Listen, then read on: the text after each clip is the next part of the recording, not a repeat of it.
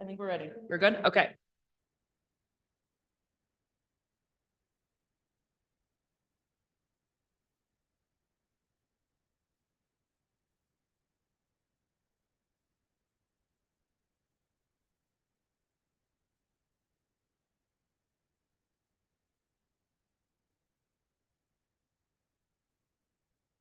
Your name and name. Gilda Yazzie, Mayor Pro Tem. Dave Madrigal, City Manager. Mark Morgan, City Attorney. Erin Hyder, Assistant City Manager. Dave Woodruff, Durango City Council. Olivier Wasmans, City Councilor. Mike Church, the Plata County Commissioner. And Chuck Stevens, County Manager. Kevin Hall, Deputy County Manager. City of Durango Construction Manager. Thank you. Allison Baker, Public Works Director, City of Durango. And Bob Brammer, Assistant City Manager. Marcia Porter Norton, La Plata County Commissioner. Mike Church, La Plata County Commissioner. Now my mic is on. Myself and Clyde apparently don't know how to turn on our mics because my entire first part, I didn't have my mic on. So it is 2:02 on April 24th, and we are here with the Durango City Council and La Plata County Commissioners Joint Study Session for the record. Okay, item 1, let's get into it. 1.1 Wildfire and Watershed Protection Fund update. I think Commissioner Porter Norton, you're starting. Yes, thank you. They need these for short people. No, I'm just kidding. I can sit up in my chair a little bit. Yeah, everybody I think knows, but we do have some members of the public just to fill people in, or if anybody's listening later. The Wildfire and Watershed Protection Fund is a very strong partnership between the City of Durango, La Plata County, and Durango Fire.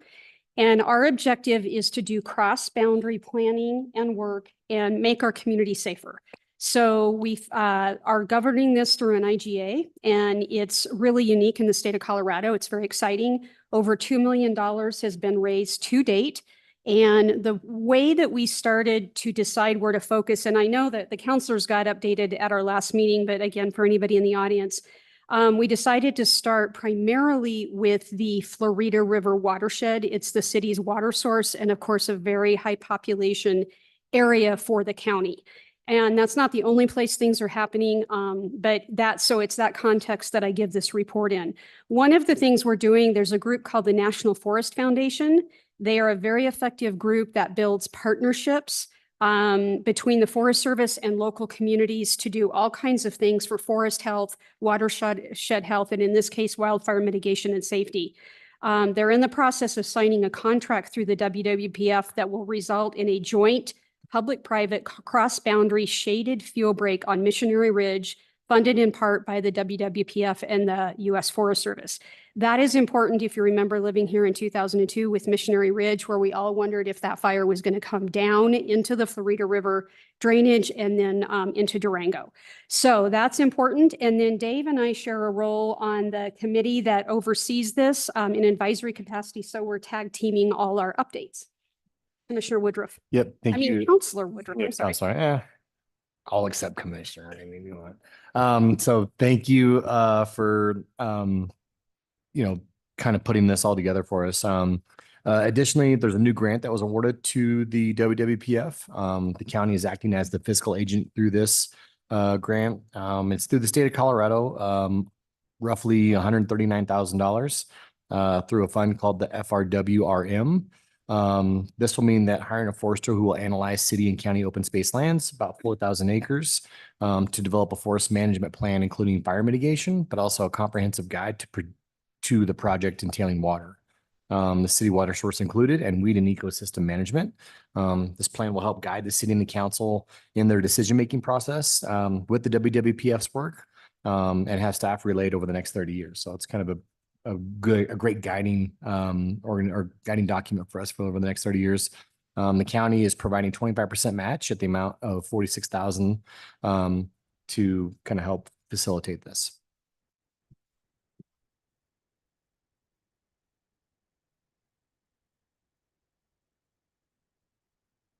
I think most of you know that. So Durango Fire has started work up in Edgemont, and we all know there's a lot of population up there, and Spring Creek Village and County Road 240 for around 70 acres.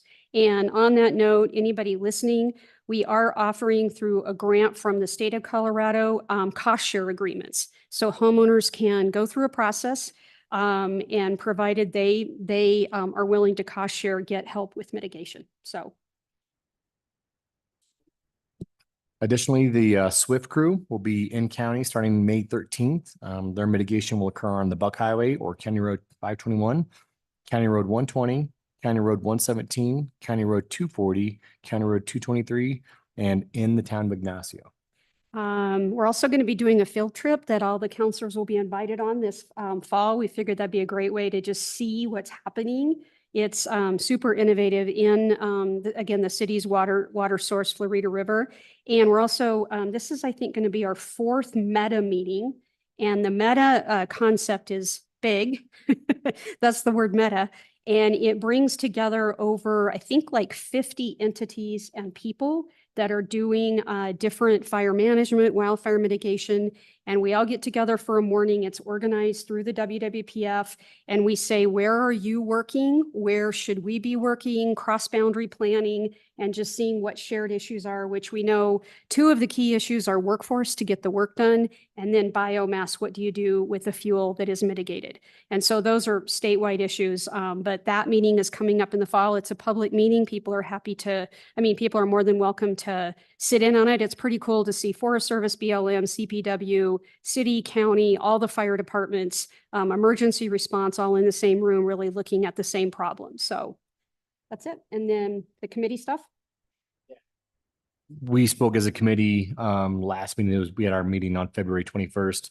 But we really took a long look at our purpose and making sure that our work was still under the purview of that original mission and vision that this was started, 4 years ago now.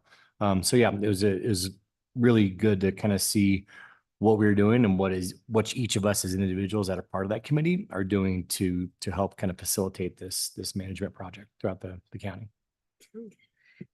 And then I would just add from the county side of it, we're looking at ingress and egress routes throughout the county for evacuation purposes. We've all seen what has happened in other communities where people just couldn't get out, and we have some of those very concerning places here. There's a new website that a group that we've appointed called the Wildfire Advisory Board has kicked off. It is like a one-stop shop for mitigation. It's called lpcfireprepared.org. So please bookmark it. You can go to your own home and get a map of an ignition zone. So you see, it's kind of, assessments can be much more detailed than that, but it's meant to be a one-stop shop. And then Chuck, do you want to talk about our emergency management exercise this week, simulation? Sure. Actually, at this moment, and it began yesterday, we started our annual exercise. This is our emergency management exercise, and we are focusing pretty exclusively this year on a wildland fire. The simulated fire began yesterday. There was extensive outreach and communications that took place throughout the emergency management and first responder entities throughout La Plata County. One of the things that we try to do when we do exercises is really just build those lines of communication. Okay, because every exercise or every real event that occurs in our community, success or failure really is determined by the relationships that we have established and the communication paths that we already have built in. So probably the biggest takeaway from any of these exercises that we do annually is just building those relationships and exercising those lines of communication. So this started yesterday. I got a report this morning from Shauna LaGarza. She's the county emergency manager. She said there were over 40 individuals who were present in the Emergency Operations Center out at the 911 Communication Center location yesterday. And that's amazing. That's tremendous, because when we have a real event in our community, like the 416 fire, that's exactly what we had out there. And I'm looking around the table. I see a lot of faces that I saw in the EOC during that event. Yesterday was the kickoff of the exercise. It has been escalating as wildland fires tend to do. And today's simulation, the fire spread from the Lake Nighthorse area and is threatening Bodo. So they're actually doing simulated evacuations from the Bodo Industrial Park area. And this wasn't designed to catch anybody by surprise. In fact, it was the opposite. For the last month, county personnel have been going door to door, business to business throughout the Bodo Industrial Park, talking to managers and owners and asking them questions about, their preparedness and talking to them about the exercise that's coming up and how they can participate in the simulated evacuation, and also reminding them that they can sign up for Code Red. What we learned by doing that is the last time this was reported out to me, there was not one single business that had registered their business phone number with Code Red. So while there are many of us in the community that have registered Code Red with our personal phones and our home addresses, a lot of folks didn't know that you could register multiple phone numbers like your business address. So if there's an evacuation for your business and you're out of town, you're going to get that notification. You could also put in addresses for like your children's schools. So if something happens at the school, and that's being evacuated, you would get notified via Code Red. So it's already been wildly successful, and we're only just into it. Immediately following this meeting, in fact, right now what's happening is because of the threat to the Bodo Industrial Park, which is where the Emergency Operations Center is, they're exercising their continuity of operation plans. So they're going to vacate the EOC and relocate downtown to the county administration building, which is our COOP location for the EOC. And so when we are finished with this meeting, I'm literally going to walk into that environment. And at 4 p.m. today, I'll be signing the declaration of the local disaster after receiving the brief and making the determination that that's the appropriate step, of course. But we're exercising all of those mechanisms to include, that the building 2 blocks down was designed and built out to be a COOP location, and our training room was designed to host that. So there are antennas on top of our building. The cables route through our roof and will drop down into that room. And that building is configured for backup generation. So we're exercising that as well. And that's something that we haven't done. We moved into that building in 2015, has never been exercised. So 9 years later, we're going to test it. So I think that's it. It's pretty robust exercise. Today's event is definitely more sophisticated than yesterday, and we'll capture lessons learned. There'll be a debrief with the Board of County Commissioners at some point in May, likely that third week of May at a board discussion time. And anybody that knows Shauna knows that she's a straight shooter. And what I mean by that is if we discovered any warts along the way or areas or gaps in our internal processes, we're gonna learn from this and we're gonna get better. Because the ultimate goal is we want to be as prepared as possible. But if and when a disaster emergency occurs, we want to make sure that everybody in the community is ready to respond to protect our residents. And I think I say this to my board all the time, but I'll say it in this forum. In the time that I've been with the county, I can't think of a time that we've been more prepared than we are. Sean has come on board. She came on board in 2020, and she's built a team. And just through her own cult of personality, she has built relationships, and of course her 30-year career with the Forest Service, she has a lot of existing relationships, and she's leveraged those all to the benefit of our residents. So Thank you. And forgot to say congratulations, Mayor, on you taking the baton or the gavel. And also Commissioner Salka, fully meant to be here, but we are in the legislative session and they seem to be bent on dropping really major bills with 11 or 12 days left or whatever it is. So he's testifying on a bill that very much impacts La Plata County. So he might be here in a second.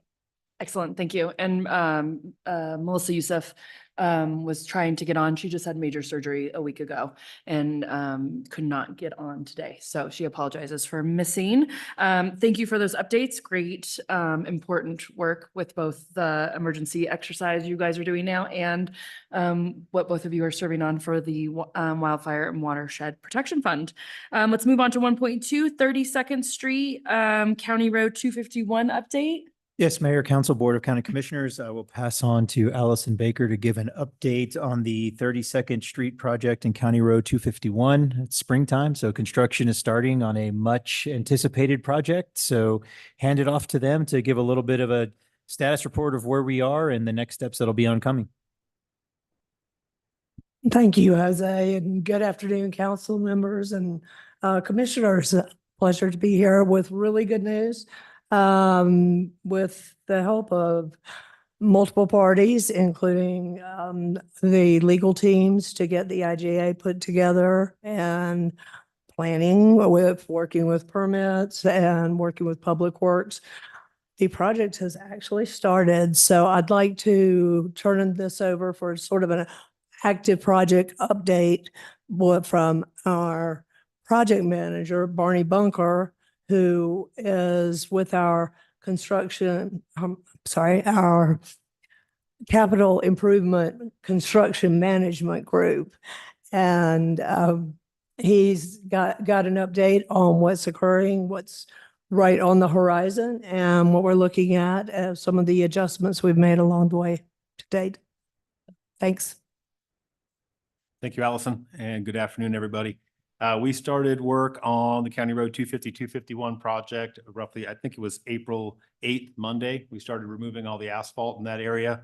And that project, I don't know how familiar you are with it, but it will involve a storm drain that goes down the middle of the road and a 10-foot detached sidewalk, widening of the roads, medians, and various landscape improvement. So right now, remove the asphalt, start working to excavate for the storm drain. We had to locate all the utilities. It's an older area, so there's some unknowns that we needed to kind of discover before we started working on the storm drain. Right now, we have kind of finished up the asphalt removal. We've finished up the utility locates. We are working to build the wall. We're excavating for a retaining wall for part of the 10-foot detached sidewalk. Through this all, we've been coordinating with residents, businesses, Durango Fire Protection District. We've worked with them. They've been very helpful, making sure that we can get their traffic flow in and out of their stations. I think it's Station 3. And so that is sort of the ongoing works right now. Obviously, some traffic issues up at Holly and Florida that we are all working through. Those are outside of the construction limits, but certainly affected by our project. So we've been working with Keith and Allison and others to sort of come up with a working solution with the temporary stop signs and hoping that that has been working okay. I've monitored that on and off throughout the weeks that it's been there. We're hoping to sort of take out the human element, but we'll probably leave the stop signs up for the duration of the project. That's it's a work in progress. It's kind of a living document, so to speak, to see how we're going to handle the traffic up there. But I think it's safer what we have right now. And there will be no perfect answer, well, as long as we're in construction, but that's always open to feedback on that too, because I know a lot of people in this room drive that road. So feel free to let me know. I think right now we are working from, is it Animas View Drive down to Holly. That is the area that is disturbed at the moment. That is closed to through traffic. And we will start to work our way up into the Metz Lane intersection. And depending on what progress is made, we will most likely phase in the remainder of the 250 section in the spring of 2025. So we're just getting going now, but that's sort of a brief overview and entertain questions from anybody if they had any. Does anyone have any questions on the project? No. Just when do we anticipate it being completed? Spring or early summer of 2025, Thanks. if all goes well. Excellent. Thank you. I do drive that road all the time, and like the first few days were crazy, and then you guys adjusted really quickly. So I just thank you for, always being fluid and taking into account the things we didn't think of or realize were going to happen. So I appreciate that. We've got some fairly good feedback, and I know that the daycare there is an issue, but I think it's an issue even when we don't have construction there. But generally the feedback I've got is positive. Yeah. So Excellent. hopefully Thank it you. continues. Okay, and last item on our agenda is 1.3 update on discussion regarding major events at the fairgrounds. Thank you. That would be mine. Good afternoon, Mayor, councilors and commissioners. Thank you for this opportunity to kind of update everybody on what this process is and where we're at and how we got there. Because it's obviously a very important topic, not just for the safety and security of Durango, but our entire area, as we start to host more and more special events that are growing, definitely growing in size. So just a brief history on how we got here, just to review to catch everybody up. The city right now hosts about 170 special events annually, and the county, just at the fairgrounds alone, hosts over 400 special events every year. Obviously, some of those are reoccurring, like the flea market, and some of them are very small scale. But even the police department hosts their public safety awards there. So it's a very busy and active area, to include baseball games and so on and so forth.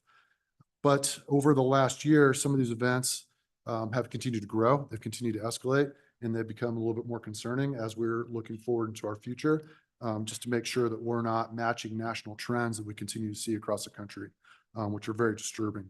So a lot of these events that we've seen across the country, special events, unfortunately, have become a target for violence in a lot of cases, sometimes intentionally and sometimes unintentionally. And some of these events that I want to kind of highlight for even 2003, which were really close, some of it which can translate over to so one of the events specifically that is being hosted at the fairgrounds are motorcycle rallies. And in Red River last year, 8 people were shot, 3 of those died at that event. There was a Galveston incident at the Lone Star Rally in Texas where 6 people were shot there. And in Daytona last year, 1 person was killed at that rally as well. And there's some other unintentional events that occur, but like Gallup a couple of years ago, they had a major parade down there celebrating their heritage, and a drunk driver drove through that crowd, killing 7 people, which included 2 police officers. And in Highland Park, it was a 4th of July celebration. Again, somebody came in and targeted that event for violence. And even most recently was a Super Bowl celebration in Kansas City, where over 20 people were shot and several died from that event. And these are the type of foreseeable or unforeseeable events that we want to make sure that we can avoid through process. And if sometimes just the nature of an event by itself starts attracting some outside entities, which aren't necessarily welcome, but certainly are associated to it. So currently right now, our current process for the licensing agreement at the La Plata County Fairgrounds, the only requirements from the city right now are going to be our liquor licensing and our noise variants at the moment.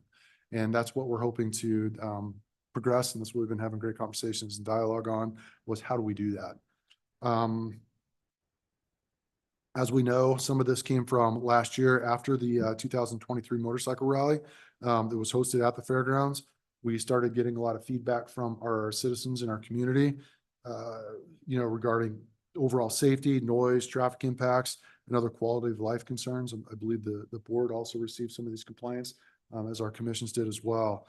We, after the event season, put out a survey of 300 registered voters within the city of Durango to see exactly what their overall thoughts were about our special event season. And during that part, there was an unsolicited question that said, what event causes you the most concern? And about 1/3 of those people, respondents, flagged the rally as being a matter of concern.